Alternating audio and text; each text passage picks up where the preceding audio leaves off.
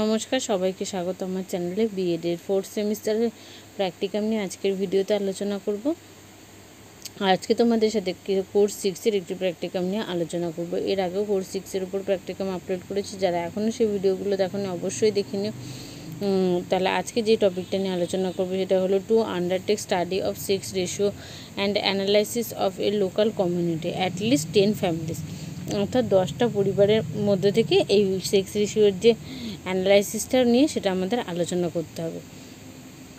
প্রথমে সূচিপত্র দেখে নিই। সূচিপত্রতে বলা হয়েছে প্রথমে ভূমিকা, লিঙ্গ অনুপাত, জনসংখ্যা ও পরিবেশ শিক্ষা, তারপরে বলা হয়েছে লিঙ্গ অনুপাত নির্ণয়ের গুরুত্ব বা তাৎপর্য, কর্মসূচি রূপায়ণ, এবার হচ্ছে নির্বাচিত জনগোষ্ঠীর বিভিন্ন পরিবার থেকে সংগৃহীত তথ্যাবলী। পরিবার 1, পরিবার 2 এরকম করে করে দেখো দেওয়া আছে। পরিবার 1, 2, 3, 4, 5 এরকম করে 10টা পরিবারে নির্বাচিত জনগোষ্ঠীর সমস্ত পরিবার থেকে সংগৃহীত তথ্যাবলী, লিঙ্গ অনুপাত, বিশ্লেষণমূলক মতবাদ এবং উপসংহার। এই সম্পূর্ণ প্র্যাকটিকামটি নিয়ে এবং প্রত্যেকটি পয়েন্ট নিয়ে এই ভিডিওতে আমি তোমাদের সাথে আলোচনা করব। যারা চ্যানেলটিতে নতুন আছে একটা সাবস্ক্রাইব করে দিও এবং ভিডিওটি ভালো লাগলে অবশ্যই একটা লাইক করে দিও। আমরা প্রথমে দেখে নিই ভূমিকাতে কী বলা হয়েছে। কোনো একটি নির্দিষ্ট স্থান, নির্দিষ্ট সময়, কোনো নির্দিষ্ট প্রজাতির সংখ্যাকে বলা হয় পপুলেশন। আমরা একটি নির্দিষ্ট সময়ান্তরে আদমশুমারির মাধ্যমে আমাদের দেশের মনুষ্য প্রজাতির সংখ্যা অর্থাৎ জনসংখ্যা সম্বন্ধে বিভিন্ন তথ্য সংগ্রহ করে থাকি। লিঙ্গ অনুপাত, সামাজিক অবস্থা, অর্থনৈতিক অবস্থা, পরিবার পরিকল্পনার ব্যবস্থা ইত্যাদি বিভিন্ন বিষয় সম্বন্ধে আমরা ওয়াকিবহাল হই। এই সব তথ্য আহরণের মাধ্যমে আমরা দেশের বর্তমান পরিস্থিতি সম্বন্ধে তুল্যমূল্য বিচার করে ভবিষ্যৎ উন্নয়নের রূপরেখা নির্ণয় করতে পারি। একটি সমাজের সঠিক সৃজনের জন্য লিঙ্গ অনুপাত ভারসাম্য এক অত্যন্ত প্রয়োজনীয় বিষয়, অন্যথায় সৃষ্ট অসাম্য এক বিশৃঙ্খলা সৃষ্টি করবে। লিঙ্গ অনুপাতে সাম্য না থাকলে সৃষ্টির নিয়মে বিঘ্ন ঘটবে। লিঙ্গ অনুপাত কি বলা হয়েছে? একটি নির্দিষ্ট সময় নির্দিষ্ট স্থানে প্রতি 1000 পুরুষের সংখ্যার অনুপাতে যত সংখ্যক নারী থাকে তাকেই সেই স্থানের জনসংখ্যার লিঙ্গ অনুপাত বলে। তবে বর্তমানে নারী ও পুরুষ ব্যতিরেকে সমাজে তৃতীয় লিঙ্গ ও রূপান্তরকামীরা লিঙ্গ পরিচিতির ক্ষেত্রে সরকারি মান্যতা পাওয়ায় তাদের সংখ্যাও লিঙ্গ অনুপাতের অন্তর্ভুক্ত হয়েছে। লিঙ্গ অনুপাতের হিসাবে আমাদের সমাজে বিভিন্ন লিঙ্গের ব্যক্তিদের সংখ্যা সম্বন্ধে আমাদের জ্ঞাতকরণের মাধ্যমে সরকারি ও বেসরকারি ক্ষেত্রে বিভিন্ন প্রকল্প গ্রহণের রূপরেখা নির্ণয়ে সাহায্য করে থাকে। সকলের চাহিদার ভিন্নতা অনুসারে বিভিন্ন সুযোগ সুবিধা প্রদান করা হয়ে থাকে এবং সমস্ত রকম প্রতিকূলতা থেকে রক্ষা করার চেষ্টা করা হয়। এর পরবর্তী পয়েন্ট হচ্ছে জনসংখ্যা ও পরিবেশ শিক্ষা। কোনো জীবের পারিপার্শ্বিক সমস্ত জৈব এবং অজৈব উপাদানের সমন্বয়ে পরিবেশের সৃষ্টি যা তার বিকাশকে প্রভাবিত করে। আমরা আমাদের সমস্ত চাহিদা পূরণ এই প্রকৃতির থেকেই করে থাকি। আমরা আমাদের প্রয়োজন মতো প্রতিনিয়ত প্রকৃতিকে ব্যবহার করে চলেছি। প্রকৃতির সম্পদ যে পরিমাণে আমরা গ্রহণ করছি, ফিরিয়ে দিচ্ছি তার থেকে অনেক কম। ফলে দিনে দিনে ক্রমশ সম্পদ নিঃশেষিত হতে চলেছে। সমগ্র পৃথিবীব্যাপী জনবিস্ফোরণ এর জন্য অনেকাংশে দায়ী। জনসংখ্যা নিয়ন্ত্রণের ব্যবস্থাপনা ত্রুটি বা ব্যবস্থাপনা থাকলেও জনসচেতনতার অভাব। বর্তমান আধুনিক চিকিৎসা বিজ্ঞানের দৌলতে জন্মহার বৃদ্ধি ও মৃত্যুহার হ্রাসের ফলে জনসংখ্যা ক্রমশ বেড়েই চলেছে, অথচ প্রকৃতির সম্পদের পরিমাণ বৃদ্ধিশীল নয়। ফলে এই সম্পদ কুক্ষিগত করার জন্য চলছে লড়াই। প্রকৃতির সম্পদ হচ্ছে নিঃশেষিত। আমরা আমাদের প্রয়োজনে যতটা সম্পদ ব্যবহার করি, অপচয় করি তার থেকে অনেক বেশি। ফলে প্রকৃতিও শোধ নিতে ছাড়ছে না। মাঝে মাঝে ঘটছে প্রাকৃতিক দুর্যোগ, আমরা হচ্ছি বিপর্যস্ত। ফলে আমাদের সচেতনতার সময় এসেছে প্রকৃতিকে রক্ষা করার। এর জন্য প্রকৃতি যে যে কারণে দূষিত হচ্ছে সেই সব কারণগুলোকে অপসারিত করতে হবে। পরিবেশকে দূষণমুক্ত করে সুন্দর করে তোলার প্রয়াস গ্রহণ করতে হবে। তবে শুধুমাত্র এই সকল প্রয়াসই পরিবেশ সচেতনতা যথোপযুক্ত নয়। পরিবেশ দূষণকারী অর্থাৎ মানবকুলের সংখ্যা নিয়ন্ত্রণে আনা না হলে পরিবেশের সজীবতা আনা সম্ভব নয়। এর জন্য জনসংখ্যা নিয়ন্ত্রণ কর্মসূচি গ্রহণ করা অত্যন্ত প্রয়োজন। সরকারি ও বেসরকারি উদ্যোগে বিভিন্ন গণমাধ্যমের দ্বারা প্রচার করা প্রয়োজন। এইভাবে প্রচারের মাধ্যমে জনসচেতনতা বৃদ্ধির সাহায্যে পরিবেশের সম্পদ রক্ষা করা সম্ভব। জনসংখ্যার একটি নির্দিষ্ট সীমার মধ্যে সংরক্ষণ পরিবেশ সংরক্ষণে ভূমিকা গ্রহণ করে। লিঙ্গ অনুপাতে সমতা রক্ষা করতে পারলে তা জনসংখ্যা নিয়ন্ত্রণে ভূমিকা নেওয়ার মাধ্যমে পরিবেশের সম্পদকে রক্ষা করতে পারবে। লিঙ্গ অনুপাত নির্ণয়ের গুরুত্ব বা তাৎপর্য। লিঙ্গ অনুপাত নির্ণয়ের মাধ্যমে কোনো স্থান তথা দেশ বা বিশ্বের নারী পুরুষের সংখ্যার অনুপাত সম্পর্কে সম্যক ধারণা তৈরি হয়।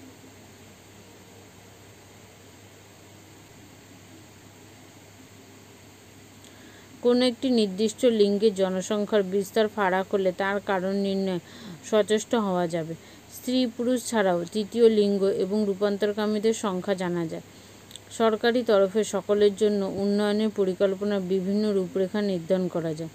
লিঙ্গ অনুপাত নির্ণয় কালে লিঙ্গভেদে শিক্ষার প্রসার কতখানি হয়েছে তার সম্বন্ধে জ্ঞাত হওয়া যায়। লিঙ্গভেদে উপার্জনকারীদের সংখ্যার অনুপাত নির্ণয় করা যায়, ফলে নারীদের উপার্জনক্ষম হয়ে উঠতে উৎসাহিত করা যায়। সার্বিক সাক্ষরতার হার নির্ণয় করা যায়। পরিবারের প্রধান হিসাবে নারীরা কতটা ভূমিকা গ্রহণ করে তার ধারণা পাওয়া যায়। নারীদের ক্ষমতায়নের প্রয়োজনীয়তা বিচার করা হয়। তৃতীয় লিঙ্গ ও রূপান্তরকামীদের সমাজে সমান সুযোগদানের মাধ্যমে উন্নতি করে তোলার চেষ্টা করা হয়। কর্মসূচি রূপায়ণ। কর্মসূচি রূপায়ণের জন্য পরীক্ষামূলকভাবে আমাদের নিজস্ব লোকালয়ে 10টি গৃহ নির্বাচন করা হয়। এই 10টি গৃহ থেকে সংগৃহীত তথ্যাবলী আমাদের সামগ্রিক চিত্র সম্বন্ধে একটি ধারণা দেবে। এর জন্য বিভিন্ন তথ্য সংবলিত একটি অভিজ্ঞাপত্র তৈরি করা হয়। এই তথ্যাবলী আমাদের বিশ্লেষণমূলক পর্যালোচনায় সাহায্য করবে। এই তথ্যাবলী থেকে গৃহীত সামগ্রিক চিত্র আমাদের সমাজে বিভিন্ন দিক নির্দেশ করবে।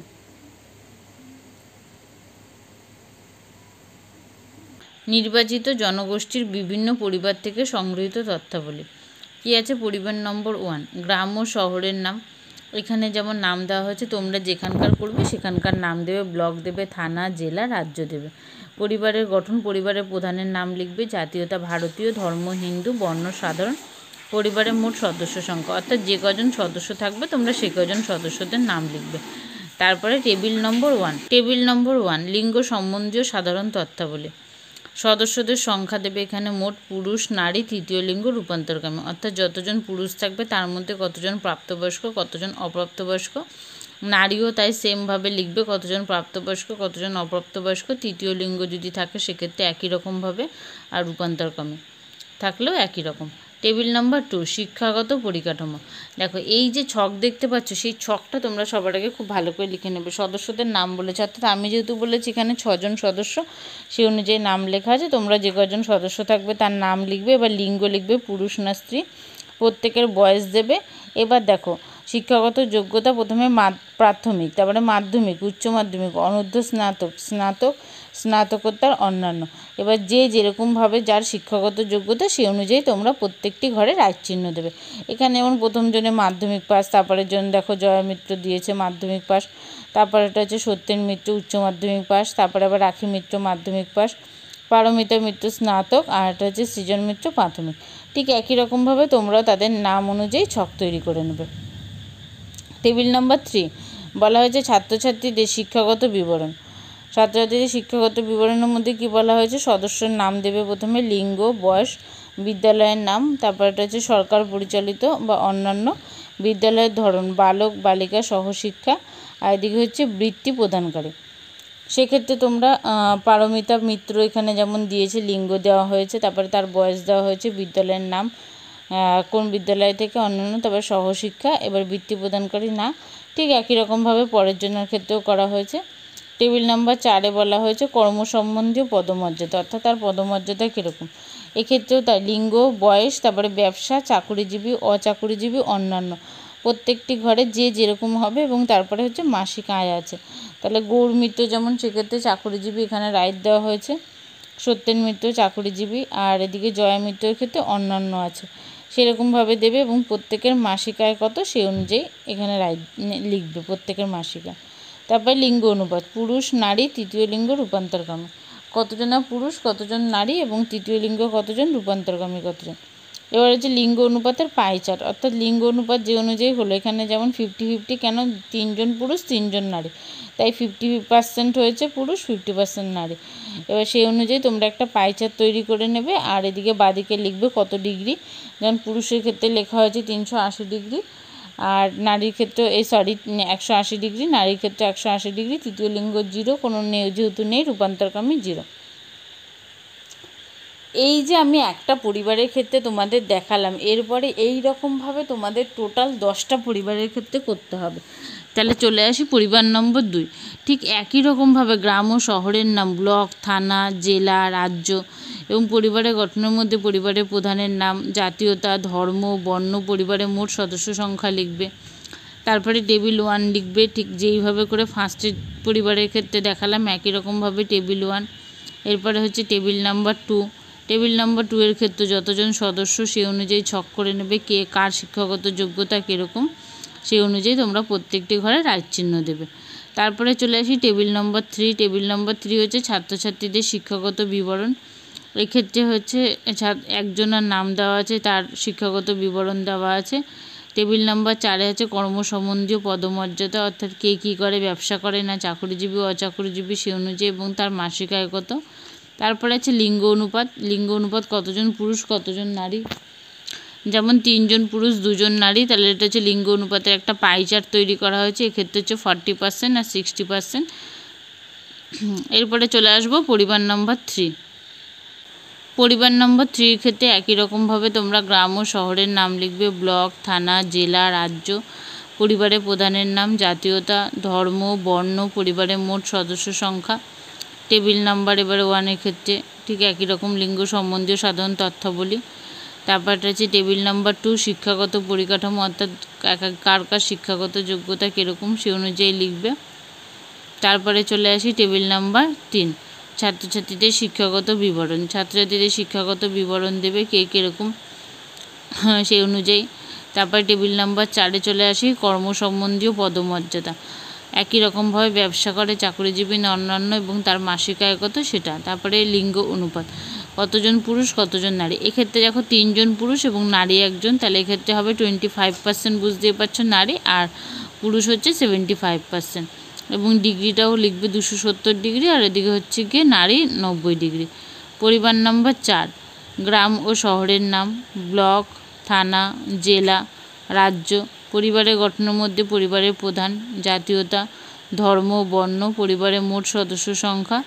টেবিল নাম্বার 1 তারপরে আছে টেবিল নাম্বার 1-এর মধ্যে একই রকমভাবে সদস্য সংখ্যাগত পুরুষ নারী তৃতীয় লিঙ্গ রূপান্তরগামী।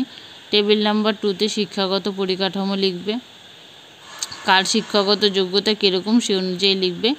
এরপরে চলে আসি টেবিল নাম্বার 3 ছাত্রছাত্রীদের শিক্ষাগত বিবরণ, কার কীরকম সেটা। টেবিল নাম্বার 4 টেবিল নাম্বার 4-এর মধ্যে কে ব্যবসা করে কে চাকরিজীবী সেই অনুযায়ী।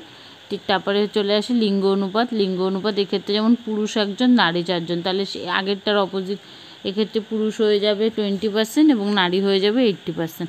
72 ডিগ্রি পুরুষ আর নারী হচ্ছে 288 ডিগ্রি। পরিবার নম্বর 5 গ্রাম ও শহরের নাম লিখবে, ব্লক, থানা, জেলা, রাজ্য, পরিবারের গঠন, পরিবারের প্রধানের নাম, জাতীয়তা, ধর্ম, বর্ণ, পরিবারের মোট সদস্য সংখ্যা এক্ষেত্রে 6 জন। ঠিক সেরকম 6 জন সদস্যের মধ্যে কতজন পুরুষ নারী তৃতীয় লিঙ্গ রূপান্তরগামী। টেবিল নাম্বার 2 হচ্ছে শিক্ষাগত পরিকাঠামো, শিক্ষাগত পরিকাঠামোটা লিখতে হবে।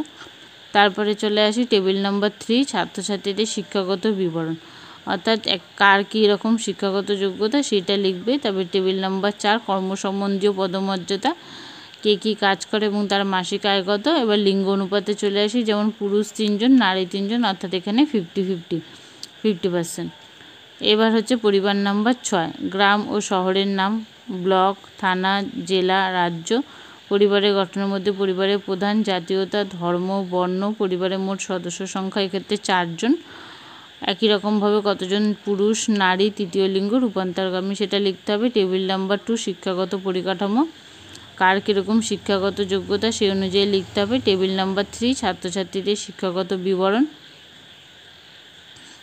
টেবিল নাম্বার 4 কর্মসম্বন্ধীয় পদমর্যাদা, কে কীরকম কোন পদে আছে এবং তার মাসিক আয় কত। লিঙ্গ অনুপাত এক্ষেত্রে পুরুষ 2 জন নারী 1 জন, তাহলে টোটাল হচ্ছে গিয়ে 3 জন।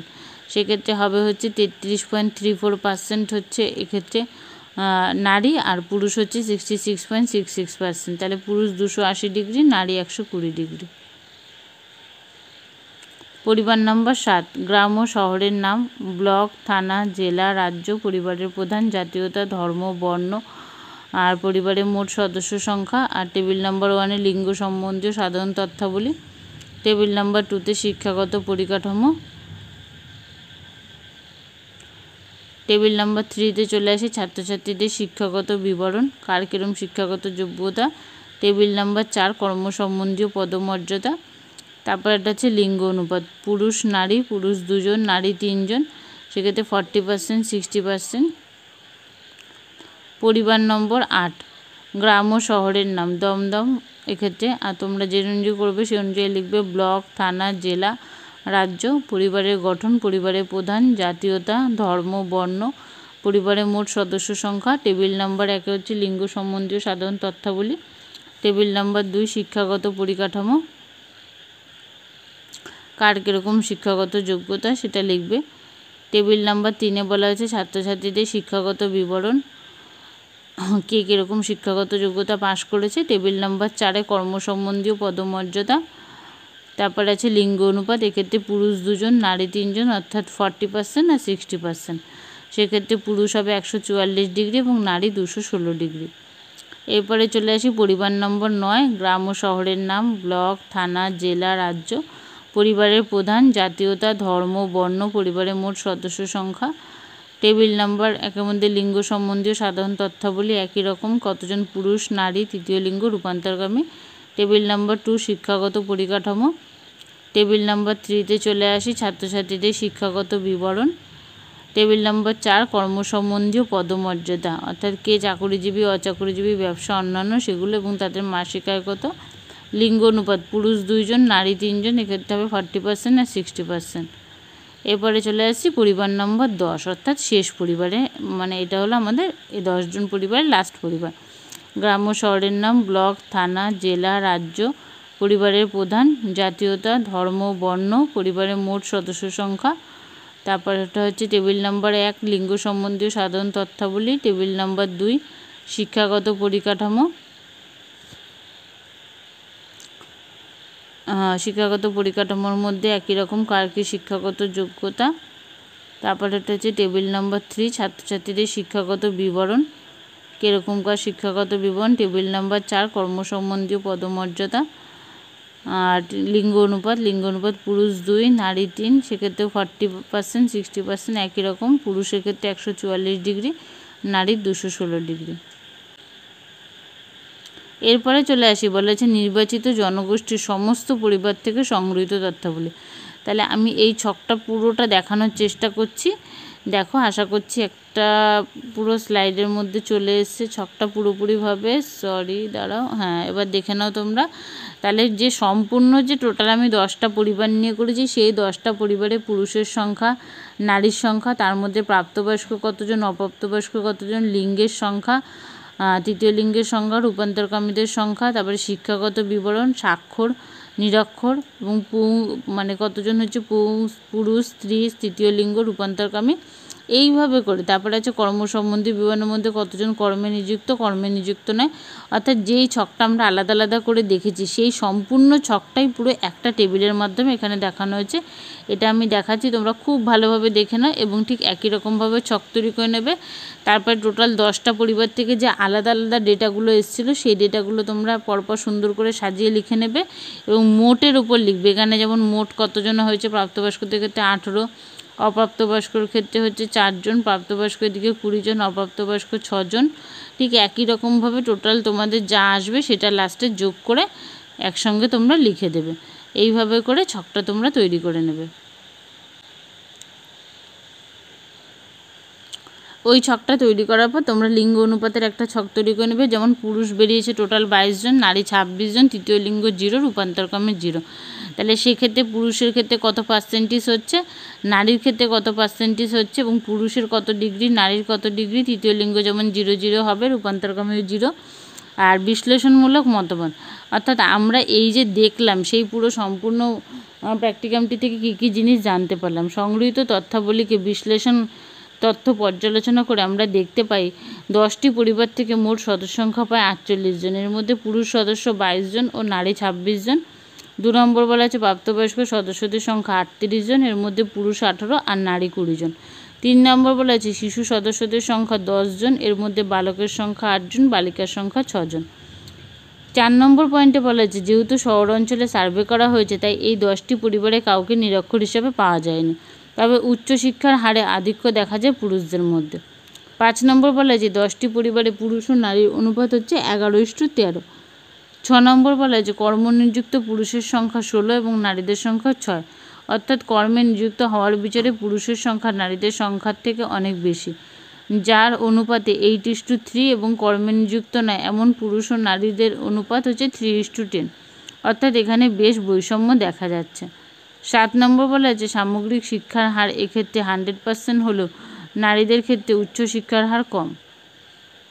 8 নম্বর বলা আছে কিছু কিছু পরিবারের প্রধান নারী হলো, বেশিরভাগ পরিবারের প্রধানই হলো পুরুষ, তবে প্রায় সব পরিবারেই কর্তৃত্ব করেন পুরুষ সদস্য।